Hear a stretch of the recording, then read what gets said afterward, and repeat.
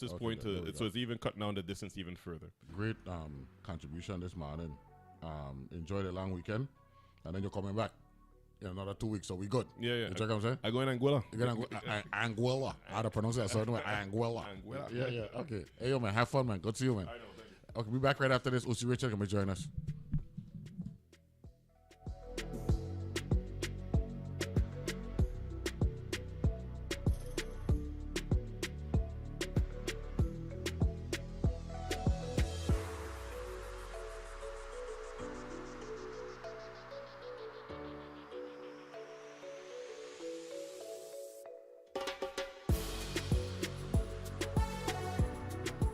The views and opinions expressed on Analyze This are entirely those of the on-air participants and do not reflect those of the station's board, management, staff, or underwriters.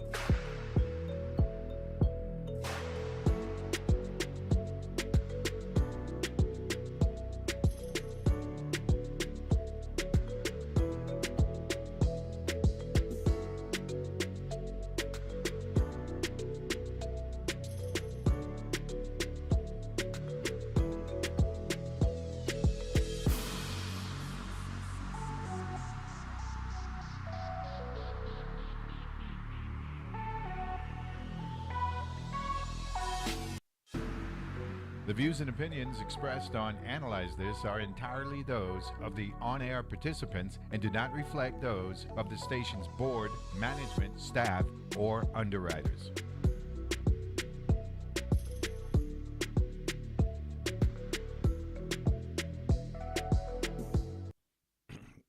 And we're back here on Analyze This. I want to thank Mr. Carl Fleming for joining us with the Power Hour. Happened late in May this time, but that was for a number of reasons. So, but better late than never. Now we're going to transition to another issue that's in effect as we speak, the Constitutional Convention, the 6th Constitutional Convention. And the president of the Constitutional Convention has joined us, Senator Usie Richards from out of the West. Good morning. Mr. President, hook up the headphone there, and then all that good stuff. Get the microphone right up, get a directional microphone. How are you? I'm doing well for today. Glenroy, come on, see if you could straighten that. Ain't good now? The mic that good? Glenroy? He said pull it up. Yeah, pull it up in good direction. There we go. Yeah, but that's what I was saying. I might need to tighten it up on the top. Can you keep going down? Let's see. Well, anyway, before we get to that, I want to look at some. Okay, there we go. There we go. We'll make it work. Some of the history. This is the 6th Constitutional Convention, and there were 5 previous, 4 in a 15-year window between 1965 and 1980. Then there was another attempt in the first decade of the new millennium. Elections were in 2007. They didn't actually convene until 2009 or thereabouts. And now this one as a result of the 2024 general election.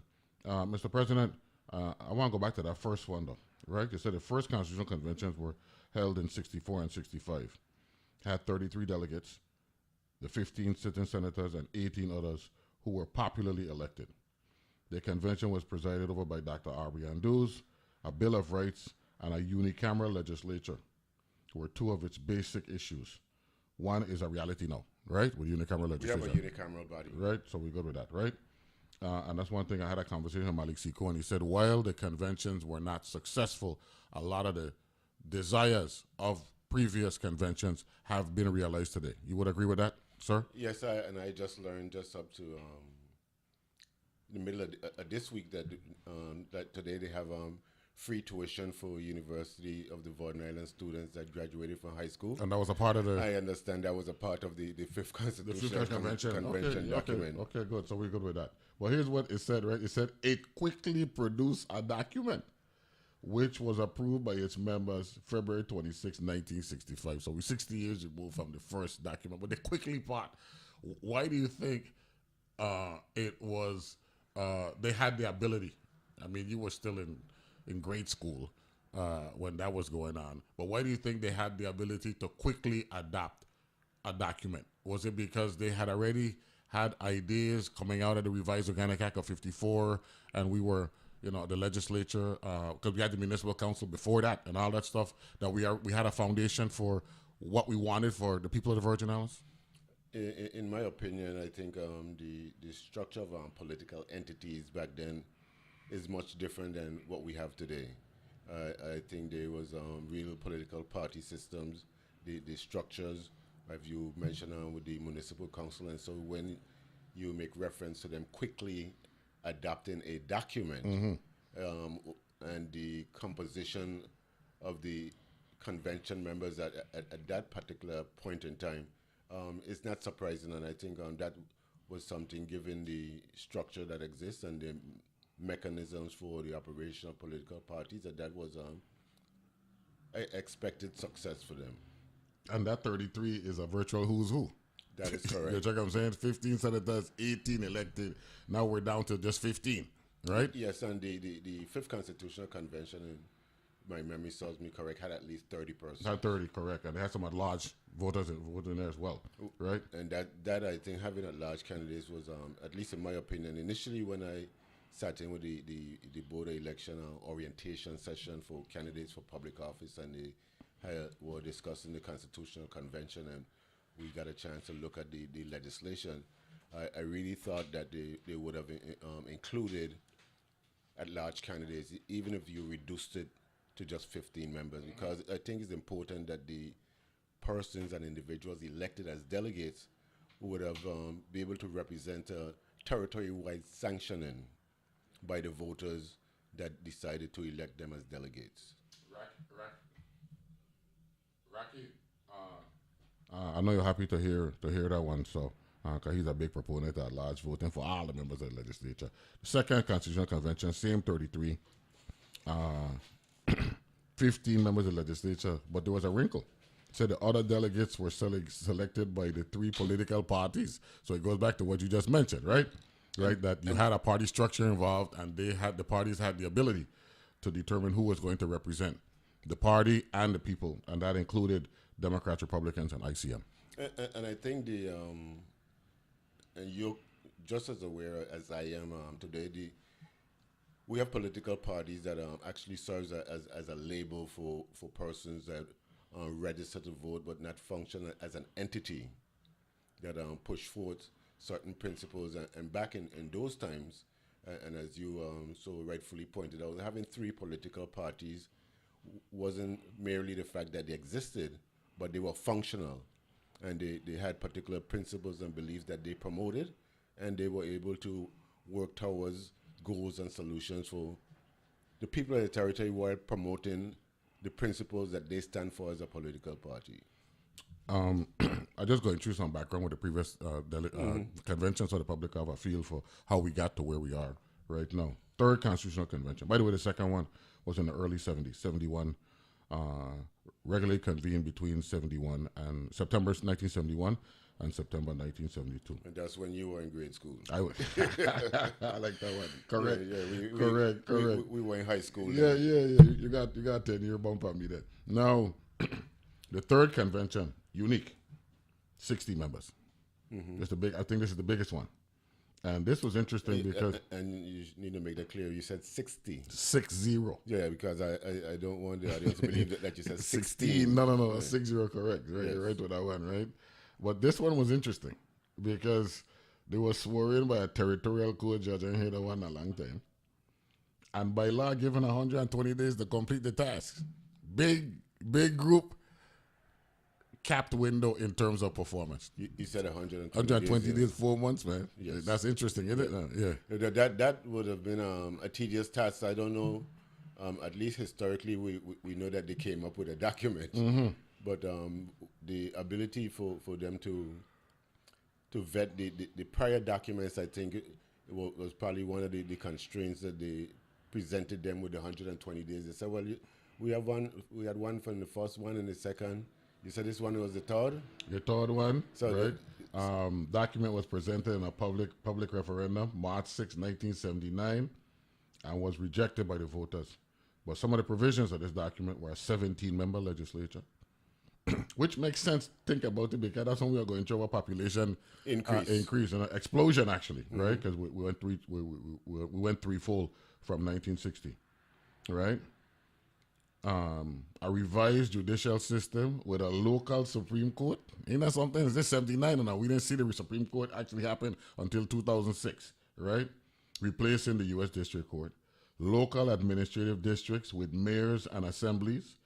Elected comptroller general. Protection of VI culture, language, traditions, or customs on all beaches and shoreline to be public. And as relates to the election, less than 38% of eligible voters turned out, and 56% of those who voted rejected it. Controversies over areas on local government and the native-born governor clause were put forth as reasons for rejection. So we've had consistent history in terms of reasons for there being, some reservations about adopting a document. And my first quick response to that is you're speaking about the first couple of years of the 70s. This is actually the latter part of the 70s. That's when they completed and presented the document. March 6, 1979. The first part of the 70s was the Albee Otley. Okay. With the 33, because we had two at 33, and then the third one was at 60 members. Yeah. And in that particular context, and it goes back to earlier point we were speaking about, although the document referred to as a constitution may not have been ratified by the voting public, a number of the items in that constitutional document came about, like access to public beaches. Mm-hmm. You mentioned the one with the Supreme Court, and that came about quite a long time after, because I believe we were in the legislature. That was saying in 2006 when that was introduced, and so that despite the lack of success to adopt a constitutional document, there are things that are being extracted and move forward. I don't know if you recall, and I'm trying to remember. Well, you should have also been in the legislature then, during the time when Senator Berry was Senate President. I had a piece of legislation for what former Senate President Amaldo Rocky Live was talking about. It wasn't for all seats. 3 at-large seats in the district of St. Croix, 3 at-large seats in the district of St. Thomas, St. John, and 1 at-large from St. John. You would have had at least 7 at-large candidates, and then the 4 seats would have been divided up into 4 geographic areas. Yeah, man. And so that never did see the light of day. I think what the term is you guys are using, it was held in committee. And not just held in committee, but went into hostage. I'm glad you went there, because there was a time when, after the first revised Organic Act of 54, we had more at-large senators than district senators. That is correct. When we had 11, right? You had 2 from St. Croix, 2 from St. Thomas, I think 1 from St. John, and 6 at large. I think it was a 2-2-6-1. That's interesting. And we named, by the way, not a Frederick Stedder, Alexander Farley presided over that he third. Was the president of the third and he said when the session was 2 months into its work, saw the St. Thomas versus St. Croix split as the one issue permeating nearly every debate. Does that exist today? Oh, that exists today, and I think the context, and this is, I mentioned this to you earlier because initially, when I decided that I would be interested in running for the Constitutional Convention, it was on the assumption that the piece of legislation that they had hastily approved in January of 2023 had included at-large seats. And it did not. And they were none. And I said hastily because people, this was adopted on January 6th of 2023. This is right after the 2022 election. Yeah. This is and right before a new legislature convened. was convened. Yeah. Adopted on the 6th, signed into law by the governor on January 19th, and the legislation was already flawed because then it also had required on the 4th Monday of that same January 2023, the Constitutional Convention will convene. Without that, and not even having an election of delegates. And so we started in that realm, and that piece of legislation was amended at least 3 times by 3 different acts trying to put in line the dates so that we could have, in fact, had this election in 2024. So, in my opinion, is interesting when we see how things have progressed. And one of the points that I think I would like to make during this discussion, given what you've been pointed out in the previous documents, is a quick discussion on the confines of the act that was passed by the legislature, because there may be a lot of misconception by the community. We actually were tasked with 3 tasks.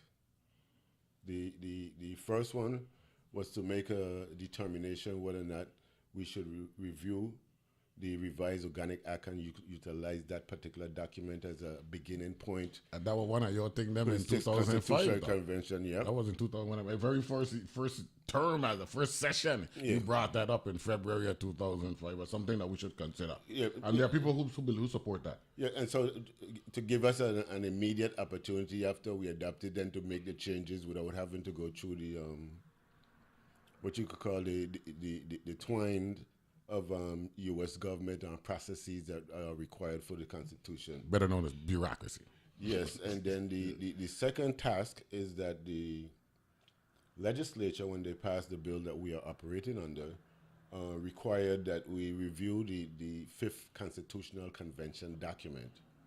Review it, authorize us to revise it, to modify it, to make deletions, to make additions, and the additions have to be germane to the subject matter of the articles that are in the 5th.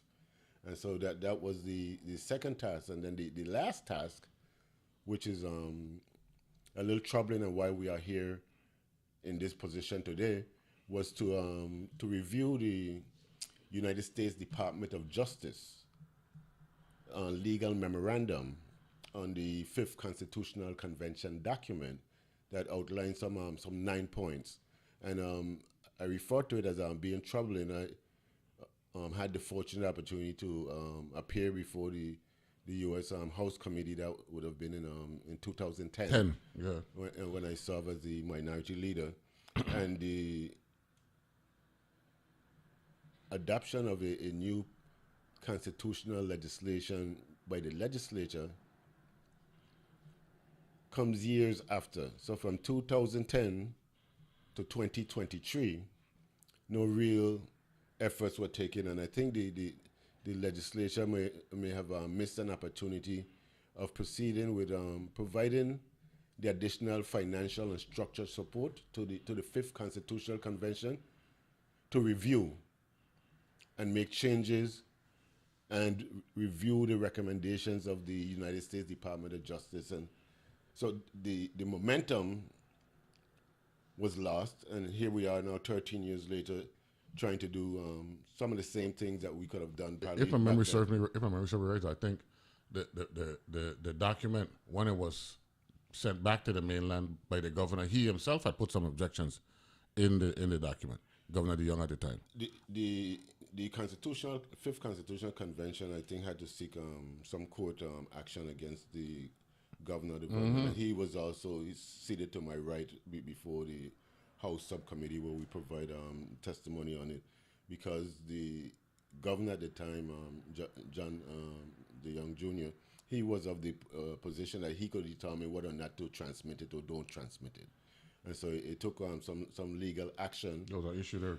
to make it clear that his sole job was to act as a postal employee, for the lack of a better term.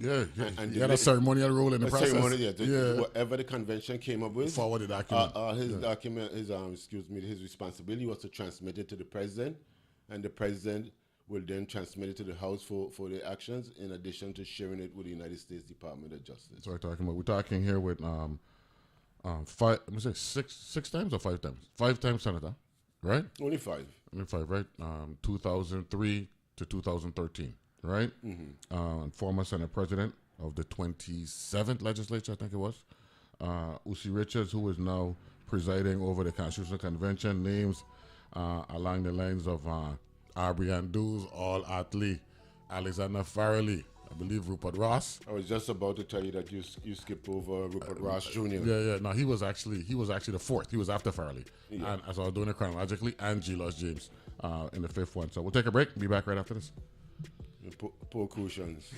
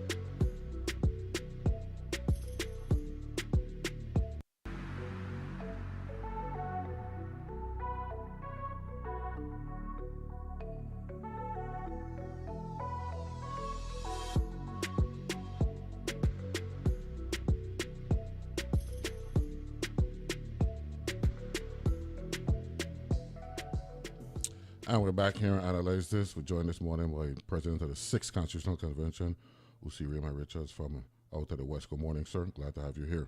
Good morning. Let me get a microphone for Usie. I didn't get to hear him just now. The 4th Constitutional Convention, wrapping up real quick, you mentioned Rupert Ross convened over that. That was in 1980.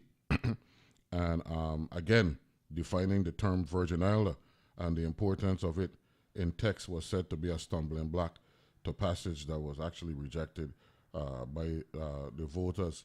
This issue, Mr. President, this Virgin Islander issue, you and I had a conversation. I don't know if you remember it. I went down there to work for Vargrave, he was a Senate president in the 23rd legislature. You were working for Senator Bryan at the time. We sat down one day. Back then, he got two or three flower bed in the courtyard, right? In the middle of the courtyard. And we were talking about this particular issue. Why do you think people just don't want to embrace the uniqueness of our situation here in the Virgin Islands, where we happen to be a American jurisdiction in the Caribbean, and because of that, we're just different from the other islands in the Caribbean from the standpoint that the dominant jurisdiction in the Western Hemisphere is America. The majority of the people tend to migrate towards America. As a result, the Virgin Islands is going to be a conduit, a nexus, a tie, whatever term you want to use. And the demographics are going to just be different from everywhere else. Why do you think people don't really want to embrace that reality? I would want to begin from this point because last time I saw you was the other night, and you left, and while we were leaving after that particular game, a good respected person for the class of 73, and a judge. He says, so why do we need to define a Virgin Islander, an ancestral Virgin Islander? Mm-hmm. The only concern by the Memorandum of Understanding by the Department of Justice is that when you utilize the definition and category to provide specific rights and privileges, and one of them you mentioned as far back as the second constitution about native Virgin Islander and governor. And at that point in time, I wasn't able to have a real fruitful discussion since we all were departing and I was not in a good mood when the Knicks don't win. So I left it alone. Yeah. But the point that the fact that you raised this particular point is important, at least for us to share. And I want the public to know that I used the term uniqueness. Not that anybody's position is wrong or right, but the uniqueness, our situation is so different. Well, not that much different, because if you speak of the other Caribbean self-governing entities, as we know them, all of them in their governance document define and identify who they are. Correct. The uniqueness about the Virgin Islands, and I'm glad you were speaking about the Revised Organic Act, the first constitutional convention, that after the United States purchased the then Danish West Indies from Denmark for however many millions it was in gold, that from 1917 close up to 1927 and after, that the people, the individuals that lived on the land that was known as the Danish West Indies were citizens of no country. That's right. They didn't have a Danish citizenship. They didn't have citizenship of the United States. They were dangling. And not only dangling, but also went out in the diaspora because, I think you and I born in the place up the road. Yeah. But so many of them left the Virgin Islands after it being the Danish West Indies, pursued educational and employment opportunities without even having a citizenship. Just a good example of that. That's a good point, because that major migration actually started in the late 1800s, 1890s. But at that point, you had a citizenship. And that 10-year window there between 17 and 27, citizenship was void. A good example of that is David Hamilton. D. Hampton Jackson. Jackson. Yeah, man.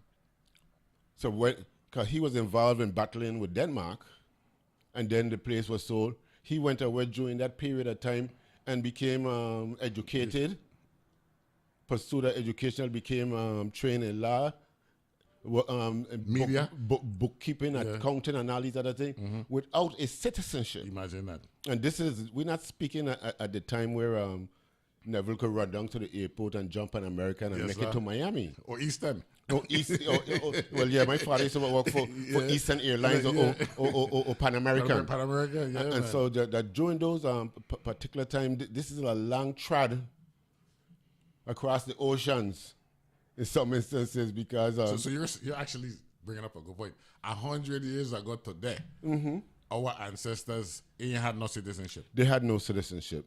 Not only did they had no citizenship, in the absence of a citizenship, you had no rights, no human rights, no particular privileges set out for you. And so that, and I mentioned the diaspora because if you take your time and check your family history, there are some of us from St. Croix, from St. Thomas, from St. John, that when some industries were closed down, for instance, the sugarcane industry, we move on to quote-unquote industrialization. We have native Crucians, St. Thomians that went to Dominican Republic to seek employment to cut cane. That's right. And Cuba. I have family that went to Cuba. I have some great uncle who has 2 daughters. One is a lawyer and a professor in Cuba. Wow. And we went beyond Cuba because employment opportunities were available then. We went to Panama and helped build the Panama Canal. Yeah, man. And not just from the Vulners, from throughout the entire Caribbean diaspora. But the I asked my mother, I said, "Mommy, where you get this last name of Carlos from, this Spanish name?" She said, like, great-great-grandfather come out of Cuba? Yes. Yeah, and then the most succinct point that I think is important for us to understand, that even if we cannot designate a particular right or privilege to a quote-unquote, whether it's native Virgin Islander, ancestral Virgin Islander, that it is necessary to identify and define who we are.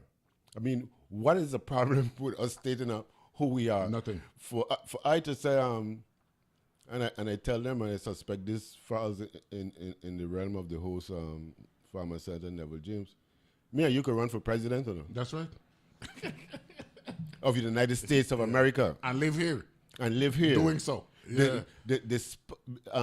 Despite the fact that we ain't born in the vote now. We born in New York. We actually can't vote for president, but can run for president. We can run for president as native New Yorkers. Correct. Because we were born in those jurisdictions, and you have a whole diaspora. Me and you is a real minority when you compare to the number of individuals from the Virgin Islands who moved into the United States and had children that were born there. So when people find out, you got to tell me, "Oh, you born here?" I said, "No, I only been back here from when I was 2 years old." That's interesting. You know something else I want to bring up, right? Because I don't keep to memory the composition of legislature, right? And I want to knock our local leadership window and all that stuff, right? But it's a constitutional issue that needs to be discussed. Correct. But I just believe that back in the day, there was faster movement as it relates to the realities on the ground. I'll give a perfect example. The Revised Organic Act of 54 granted us 11 senators. Between right? Richards, Francis, and those people Correct. involved there. 2, 2, 1, and 6. And within 12 years, Usie Richards, Mr. President, they gave us another 4 because of the population boom. Right? And population boom actually didn't start till 60, right? But by 66, they increased our representation by over a third. They added 4 more, right? And we went from 33,060 to 99,000 in 1980. Why do you think Congress was more receptive to what was going on the ground back then as opposed to now where we're in questioning everybody's motives mode? What do you think is the bigger difference? I don't want to knock leadership because I was once a leader yourself and stuff. You're still leading and all that. But it seems that back then they were just a little bit more receptive and willing to move, willing to make decisions. And now with social media and all that stuff, things just questioning. Well, that's the thing with modern technology, you know. Yeah, man. As you was demonstrating earlier, we don't take the opportunity to properly research and understand. We could click the phone on and go and Google. That's and right. we Google and we ask. When you look at what was going on back then, And, You know what I'm and saying? even back then, I know when I first started with the Department of Health, that would have been in August or September 1977. The Virgin Islands had the highest teenage pregnancy per 1,000 population in the entire United States. For real? Yes. Wow. And that existed. This is 77, you're saying? Yeah, from 70 for a period of about 5 years. Wow. And so that we Which was a part of that population boom. explosion. Yeah. And not only that, it also were indicators of we had a long period of time of children raising children. Yeah. And A lot of them did a great job, though. no, that's what I'm saying. But they did a great job. But the duplicity of responsibilities, Correct. as parents. That's why grandparents were Yeah. actually more important, more valuable back then. And grandparents were Yeah. valuable back then because not More o- so. They're still valuable today, but yeah, more so. more back so then. back then. And the duplicity of responsibilities when you're speaking about parents have to seek economic opportunity through employment, still have to have the responsibility of rearing a particular child or children, Mm-hmm. and so that the things in the community evolved. A fast moving community in regards to because you may not have been around in that time, and you may have been at that time. I remember like you like to go to house race long ago. Oh, gosh. Long ago in the Virgin Islands, boxing was a big thing. Yeah, man. Yeah, man. Papa Morales, Papa Martinez, and But boxing, the fella name, you just got to. I talking about when Sonny Liston and these people. oh, you talking? Oh, yeah, yeah. That's the 60s. No. So there was no the boxing ain't coming on TV. Yeah. Radio. And you sit down there with your grandfather, grandparents in the living room, and you're listening to these how much wave they call it radio? 4-wave Transmitter radio. Transmitter radio, and not only you're just listening, but the experience was hitty, duck, move. You ain't seen nothing. can't see nothing, and all you're doing is listening. And so just the experience, because, and then you when we move on to television, the impact of that into our community. Correct. We only had three radio station, TV station, WKQ. That's Puerto Rico, Yeah. WAPA TV, and so we even serve the interaction with the people in the community, because that's where we learn very little bit of Spanish. Because you watch cartoon in Spanish. You talking about them days, them And beautiful days when somebody going outside to turn the antenna. Stop right there. Go back a little bit. Yeah. All that So good stuff. you could get the signal, and Yeah. and people who are listening to us wondering, so what's the relevance of all of this to developing a constitution? Bring that in here. Yeah, what makes it relevant is we are attempting to address the evolving community citizenry and the manner in which government and structure operates, and the question that Neville. And one must know its historical evolution, in order to actually arrive at a document that's going to represent the current population. And the question that Neville asked of me before I went into that long analysis, why is government services, the provision not only of government services of political leadership, doesn't move in a hastily, timely manner? It is the impact, Correct, of all of these things coming together, and people having a concern like you may have, and worrying about fallout as opposed to taking action. And I was just getting to get ready to make that point, because and this is a point that I'm trying to embed amongst the persons and the delegates of the Constitutional Convention, and we were elected to make decisions and to negate that responsibility by basically running around and having an interest in listening sessions, or having an interest in determining, as you were saying with political leaders. I think back in the days they used to wet the finger and you said they hold it up in the air. I said see which way is the wind blowing. But the point is that we should have an understanding, so that we could demonstrate a capacity to make decisions. And today, people are worried because of this new technology that you talk about. You turn around, next thing you know, by the time the two of us leave the studio, they got some meme and WhatsApp going Yes, around. sir. Say this is Neville and Usie been out there talking this thing, and people. And with the AI and the memes, they could bring a voice in and all these other, and people are saying and attach it to something that isn't you. And said, well, everyone never really said that. you know, and so that makes people careful in the decision-making process. So you have to be... No, that's an excellent point. You have to be willing to decide to make decision irrespective of what you may think the consequence of misinformation. And be prepared to live with it. Yeah, but that is what decision making and leadership is required. And quickly, for those who are listening, as relates to the legislature, there was a third composition of 7, 6, and 2 that came out of there. There was a reapportionment commission in the late 60s, 68, somewhere around there. And then the reason why we got to 771 was because of a lawsuit with Jess Molina, Miranda, and Upton against Henrietta Tadman.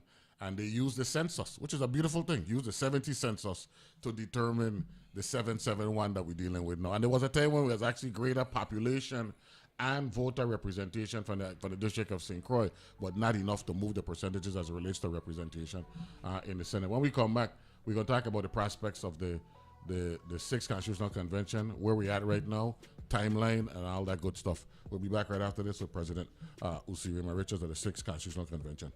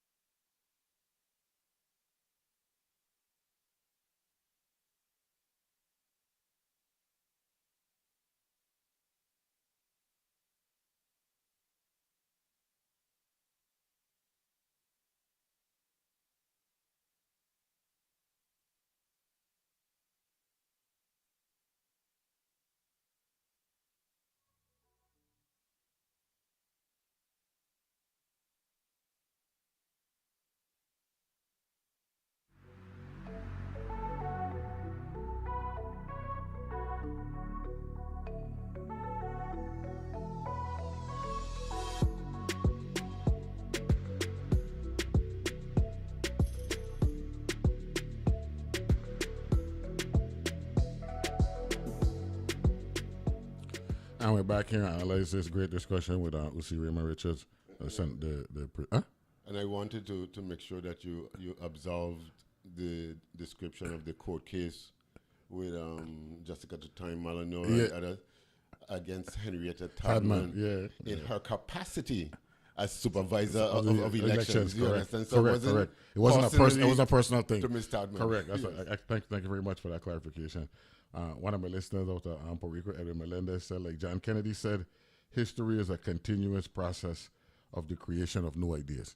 And I mean, the Constitutional Convention is a process that actually, is actually documenting great ideas that we actually weren't successful as it relates to constitutional conventions, but the enacting of them and implementation of them in the Virgin Islands actually worked.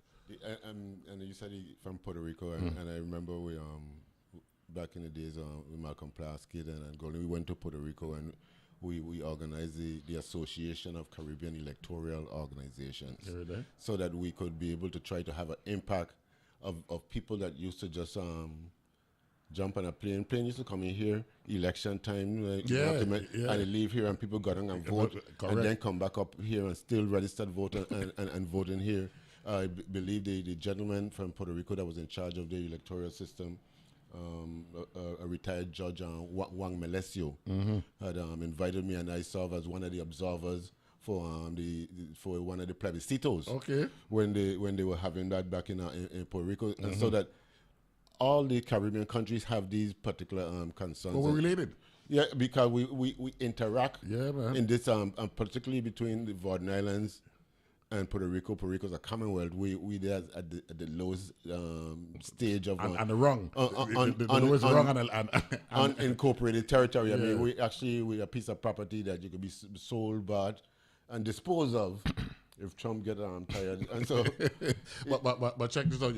Whenever you mention Kennedy and the Virgin Islands, my mind will run on his speech. Cause you mentioned the $25 million in gold that we purchased, right? And Kennedy said he come down here in when you're ready for president. They got this Jefferson Jackson dinner and all that stuff. That dinner here, and he said, we paid $25 million for the Virgin Islands. We paid $25 million for Manhattan. Mm-hmm. We overpaid for Manhattan.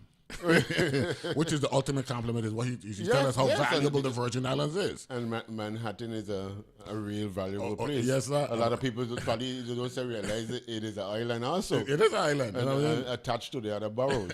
And two other boroughs there. Well, three other boroughs is islands. Yeah. Because Queens and Brooklyn, they're on Long Island. And Staten Island. You know what I'm saying? So with that. Where is the Constitutional Convention right now? How many times have you met? Just ballpark figure if you have the exact number, and how is the discussions going? Well, I won't want to number the amount of times that we met. I would like to share with the audience what we've been able to accomplish. Go right ahead. To date, and I was mentioning to you that we was speaking about the task of reviewing the fifth constitutional document and the U.S. Department of Justice. So we started out and we made a decision that we should review the fifth constitutional convention document, and that began with the establishment, I believe, after our February meeting, after the January 28th oath of office and first plenary session. Nobody clamored to look at the previous four documents as well, or was there an assumption that everything out of the first four was included in the fifth? No, the point that I initially made is that the legislation. Oh, okay, that's a mandate. One of the mandates is either to look at the Revised Organic Act, look at the Fifth Constitutional Convention document, and also to review the memorandum from the Department of Justice. Okay, good. And so we began by establishing some working groups. I think we did 3 of them. We had a working group on government structure, one on finance and public services, and one on human rights. So the government structure. Yeah, the government structure. Finance. And public services. Finance and public services. And the other one on human rights. And that's the Malcolm X. That's the Malcolm X mandate. Yeah, I like that one. And not civil rights, human rights. And which is greater. Each one of these working groups had articles to work on, and like the government structure spoke to principles of government, the legislative branch, the executive branch, the judicial branch, and the elections and transition. And that working group was led by Delegate Rupert Ross Jr. Then the one on finance and public services, they focus on public finance, taxation, finance and commerce, economic development, public services, Virgin Islands and its subdivisions. And that was led by Delegate John M. Canigata. And then there was the human rights group, which includes articles on the Bill of Rights, education, public health, safety and welfare, culture, environmental protection, general provisions, political status, advisory commission, and amendments. But human rights deep. Yes, and so once the working groups took that task on, I think it was 14 days after the January 28th oath of office that we had the reconvene in Freddie Said St. Croix at the Arthur A. Abel complex, where we adopted the rules of the 6th Constitutional Convention. We also named these particular committees, working groups, because there are distinct differences. And by our March plenary session, the working groups came back and gave a report on what they were able to assess. Because what the task was for them to go and look at the articles assigned to the working group and make an assessment of what you, as members of the group, think concern you, things you think that you are prepared to support, things you think that may require some modification, some restating, some revision, and so that did happen. And following that report in March, we established the various standing committees. And the standing committees are basically supposedly to move on and do the work of the convention. We have a standing committee for education and public information, standing committee on culture and heritage, standing committee on finance and public services, the standing committee on government structure, and a standing committee on human rights. And so each of these standing committees have the responsibility to begin reviewing, as I mentioned earlier to you. And I want to quickly, former Senator James, just repeat this on the record. When I was speaking to the law that the legislature passed, all those standing committees are authorized to use, revise, modify, substitute, or delete parts of the 5th Constitutional Convention draft document if the provisions are not inconsistent with the United States Department of Justice Memorandum of February 2010 or violate the public law that authorized both the Virgin Islands and Guam to pursue, because we had to get permission.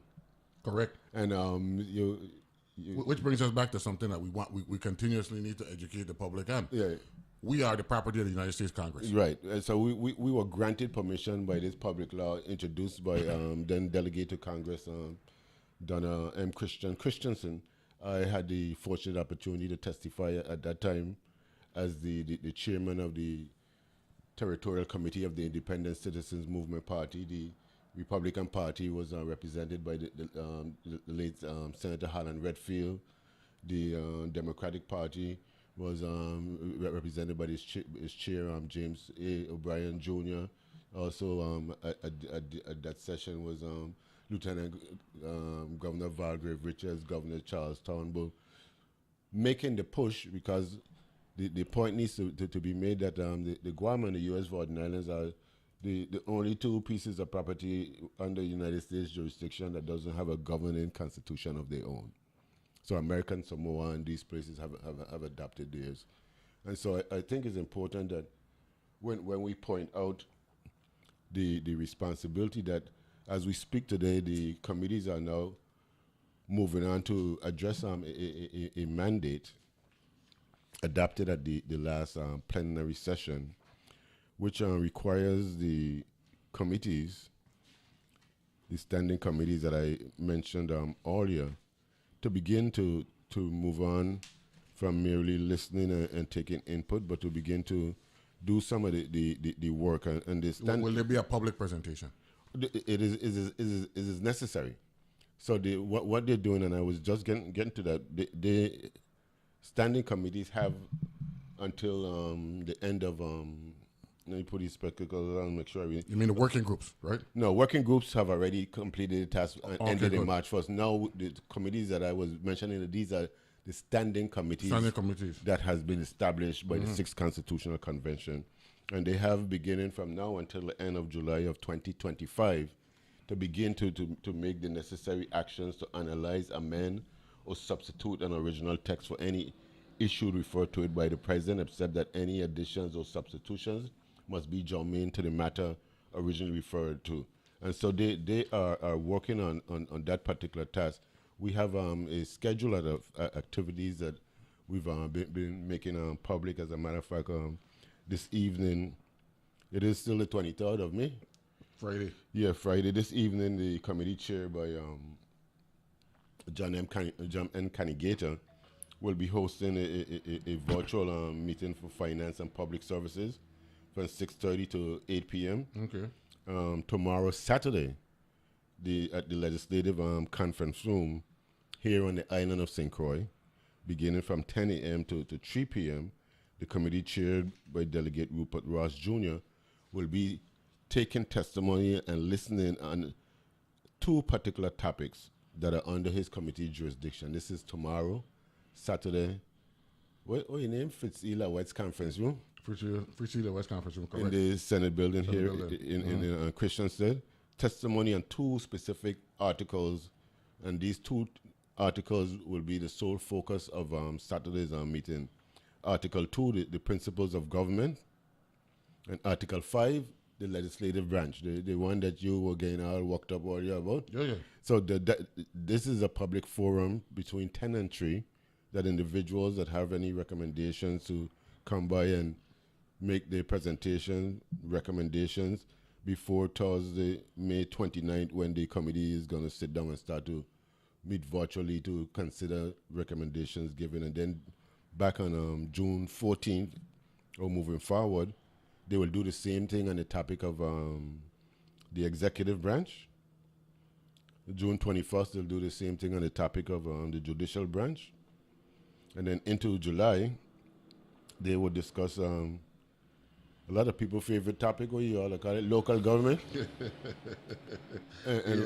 And this is it's an important topic because people want, at least a couple of hearings that I've attended to, people are tired where you have administrator, but we want an administrator, we want to like a mayor, somebody that's going to be responsive. They want the Tip O'Neill deal. They want all politics to be local. Yes, truly. And be responsive to the voter and citizen. I don't want to see Neville, the administrator, appointed by me as governor of the Netherlands, because we want to have somebody that if there's some concern that the governor and the executive branch is not doing, that the mayor can be able to act on behalf of his particular constituents. That's all. That's good. I got a timeline in place. The public will be aware.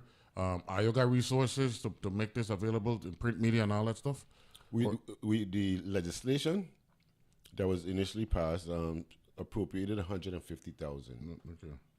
In fiscal year 2025. Okay, and then and you then believe this is going to go beyond September 30th?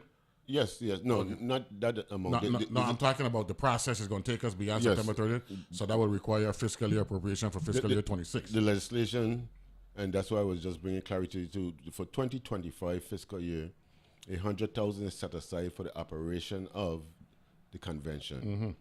$50,000 is set aside for public education and information, which brings in addition or inclusive of the 150. No, in addition, which gives you a total of 150,000. Okay. 100 for operations, 50 for education. Okay. Commencing on October 1st of 2025, which you and I know will be fiscal year 2026. The money is already authorized by legislation. The function and use of the money flips. It flips to 100,000 to be used for public education. Yeah. And 50 and for information, operation. and 50 for operations. Okay, so at that point, they're of the belief that come October 1st, it's more education than this operation because I don't do the groundwork. No, well, according to the law, they are expecting by October of 2025 that they will have a completed document to know as a draft and that you can move on. You know, I want to say this quickly because time running. When they reached out to me about you coming in, I knew that the conversation was going to be so sweet and so good that in those instances, I'd try to make sure I bring Irene at 8:30, 8:40, because hour ain't enough. And I don't get a text message. Like even Harry Freeman, good conversation. In other words, they want more, and I want more too. So let we see if we could set up another discussion, maybe after the July. You said the end of July. I got the end of July deadline. I don't know if it will be fruitful so far away. Well, if you want to get before then, I'm sure there's justification for that. Just let me know, and we could update the public as to where we are, because there are more items that I want to talk about that were germane to the previous 5. I don't want this to be limited to the 5th, because the first 2 to 4 were just as valuable as the 5th to me. And I think you know, I'm not speaking for you, but the process is so valuable, Usie Richards. The process is valuable, and for me, I won't have an issue like coming making an introduction to one of our chairs. Yeah, of our committee. Bring them in. And then I could move out the way and allow the chair to speak. That's ideal. About what it is they're pursuing and doing. So again, I appreciate the opportunity. And by the way, shout out. I heard we lost Usie. Usie, Edward McBean, Boopsy, out of the West. So, condolences to the family and the friends out of Boopsy, out of the West basketball player extraordinaire with Usie Richards. I don't think they never won job. That's when he was still a young boy, and he used to come to Arthur Richards and sit out his stand to watch us play. Dread Blacks. Yeah. Enjoy the weekend, everybody. Long weekend. Be back on Tuesday. Talk to you then. Analyze this are entirely those of the on-air participants and do not reflect those of the station's board, management, staff, or underwriters.